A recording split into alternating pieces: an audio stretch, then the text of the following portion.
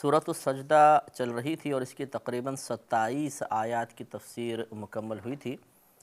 27ویں آیت میں اللہ تبارک و تعالی نے ارشاد فرمایا کہ اولم یرو،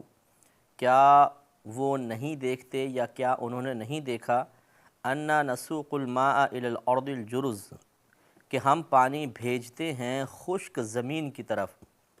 فنخرج به زرعا، پھر نکالتے ہیں ہم اس پانی کے ذریعے کھیتی کو، تأکل منہ انعامہم، کھاتے ہیں اس کھیتی سے ان کے جانور، وانفسہم، اور وہ خود بھی۔ یہ اللہ تبارک و تعالی نے اپنے احسانات کا تذکرہ فرمایا، اور یہ اس طرح کا اسلوب قرآن عظیم میں بارہا آپ کو نظر آئے گا، جس میں اللہ تبارک و تعالی نے بندوں پر اپنی عنایات کے بار بار ذکر فرمائے ہیں، تذکرے فرمائے ہیں، اور اس طرح اس احسان کو یا نعمتوں کو یاد دلا کر اپنی اطاعت کی طرف مائل فرمایا ہے، کیونکہ یہ فطرت ہوتی ہے، اور کفار قریش کی بھی یہ عادت تھی کہ جو کوئی ان پر احسان کرتا تھا وہ اس کے احسان کا بدلہ دیتے تھے، اور مروت میں اس کی اطاعت کرتے تھے، اس کا ساتھ دیا کرتے تھے۔ تو اللہ تبارک و تعالی نے بالکل ان کے مزاج اور ان کی طبیعت کے موافق کلام فرمایا، اور گویا کہ یہ بات ان کو سمجھائی یا احساس دلایا کہ جب تم دنیا میں ایک دوسرے کا کوئی احسان قبول کر لیتے ہو تو اس کے احسان مند ہو کر اس کی اطاعت کرتے ہو، اس کا کہنا مانتے ہو، اسے تکلیف دینے سے باز رہتے ہو، جب اس پر کوئی مشکل آتی ہے تو اس کا ساتھ دینے کی کوشش کرتے ہو، تو یہی مروت کا تقاضا اللہ تبارک و تعالی کے ساتھ بھی ہونا چاہیے، اس کا ظہور ہونا چاہیے کہ جب اللہ نے اتنا تم پر احسان فرمایا تو تمہیں چاہیے کہ اللہ تبارک و تعالی کی اطاعت کرو، اس کا کہنا مانو۔ اور آواز ذات بشریہ تو یہاں ہو نہیں سکتے کہ اللہ کو ضرورت ہو تو تم ساتھ دو، اللہ تعالیٰ معاذ اللہ کسی تکلیف میں ہے تو تم دور کرنے کی کوشش کرو۔ یہاں صرف اتنا احساس دلانا مقصود تھا کہ جب اللہ تعالیٰ تم پر ہر طرح کا احسان کر رہا ہے، جو بھی نعمتیں تمہارے پاس ہے وہ اللہ کے علاوہ تمہیں کسی نے نہیں دی، صرف اللہ کی ہی عطا کرنا ہے، تو تمہیں اس ذات کی مروتاً بھی اطاعت کرنی چاہیے کہ جو اتنی محسن ذات ہو اس کا کہنا ٹالنا یہ بہت ہی بڑی بے مروتی کی بات ہے۔ تو اللہ تعالیٰ نے دو یہاں پہ احسان یاد دلائے، ایک یہ کہ خشک زمین پہ پانی بھیجنا، پھر اس پانی کے ذریعے پودے اگانا۔ تو پانی بھیجنا بھی ایک بہت بڑا احسان کہ خشک زمین تک طاقت بشری کے ذریعے پانی لے کر آنا بہت مشکل ہے۔ جیسے یہ صحرا وغیرہ ہوتے ہیں، آپ اگر بالفرض ایک بہت بڑی پائپ لائن بھی بچھائیں تب بھی آپ وہاں تک پانی نہیں پہنچا سکتے، اس پہ خرچے اتنے زیادہ آ جائیں گے کہ وہاں تک پہنچنا مشکل۔ پھر درمیان میں گرمی کی وجہ سے پائپ گل گیا اور خرابیاں ہزار ہوتی ہیں تو مستقل آدمی پانی نہیں پہنچا سکتا۔ لیکن اللہ تبارک و تعالی چاہے تو بڑی وسعت والا، بڑی قدرت والا ہے، وہ حکم ارشاد فرماتا ہے، پانی بخارات کی شکل میں اڑتا ہے، اوپر پہنچ جاتا ہے، بادلوں کی شکل میں چلتا ہے، پھر اللہ تعالی حکم دیتا ہے برس جا، اور ایک ہی لمحے میں وہ مقام کہ جہاں پر کئی سال سے پانی کی بوند تک نہیں دیکھی گئی تھی، اور وہ مقام ہزاروں میل کے فاصلے تک وہ پھیلا ہوا ہے، لیکن چند لمحوں کے اندر اللہ تبارک و تعالی اسے گیلا کر دیتا ہے، اس زمین کو سیراب فرما دیتا ہے۔ تو ایک احسان تو یہ کہ جہاں تک تم پانی نہیں پہنچا سکتے اللہ نے وہاں تک پانی پہنچایا، یہ بہت بڑا احسان۔ دوسرا یہ کہ اگر پانی آپ ڈال بھی دیں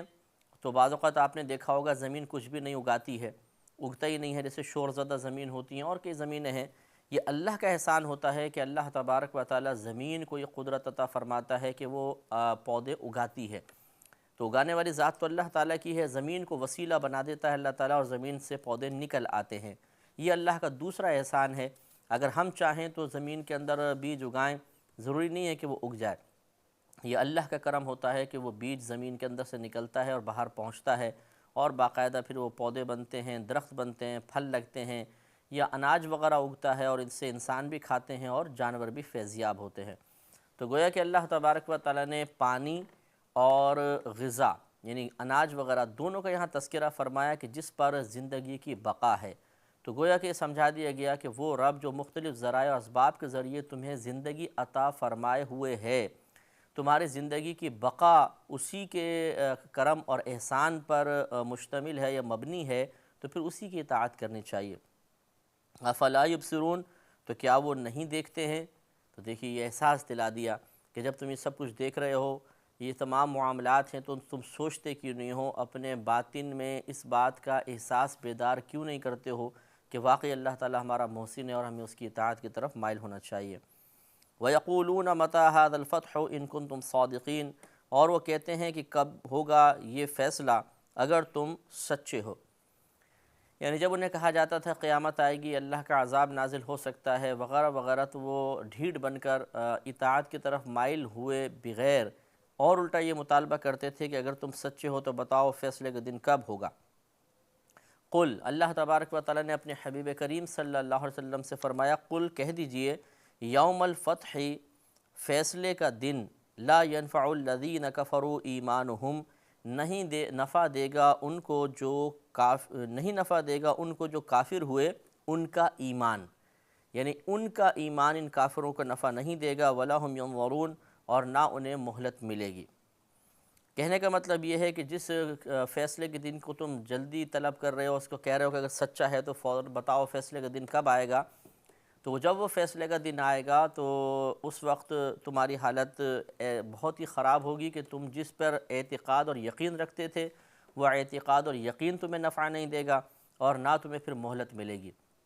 اس لیے اس کی طلب سے بہتر یہ ہے کہ اس کی تیاری کی طرف توجہ کی جائے اور اس دن کے لیے ایسا سرمایہ، ایسا سامان، ایسا ذخیرہ اکٹھا کر لیا جائے کہ وہاں جانے کے بعد شرمندگی اور رسوائی مقدر نہ بنے۔ فَأَعْرِضْ عَنْهُمْ، تو اے حبیب کریم صلی اللہ علیہ وسلم آپ ان سے منہ پھیر لیجئے،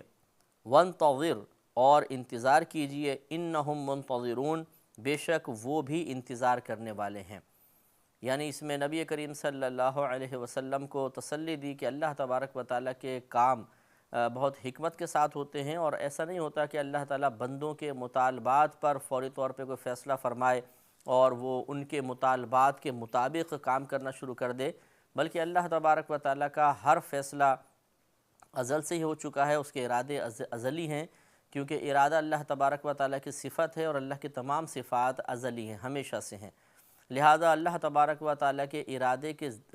جواب میں کسی فعل کا یا کسی معاملے کا صدور یہ لوگوں کے مطالبات پر موقوف نہیں ہے۔ لوگوں کا اللہ تعالیٰ اپنے کسی فعل کے صدور میں لوگوں کے مطالبے کا محتاج نہیں ہے، بلکہ اس نے ایک وقت مقرر کر رکھا ہے اور اس وقت میں تمام کام ہوگا۔ لہٰذا اپنے حبیب کریم صلی اللہ علیہ وسلم کو اللہ نے ارشاد فرمایا کہ آپ انتظار کیجئے،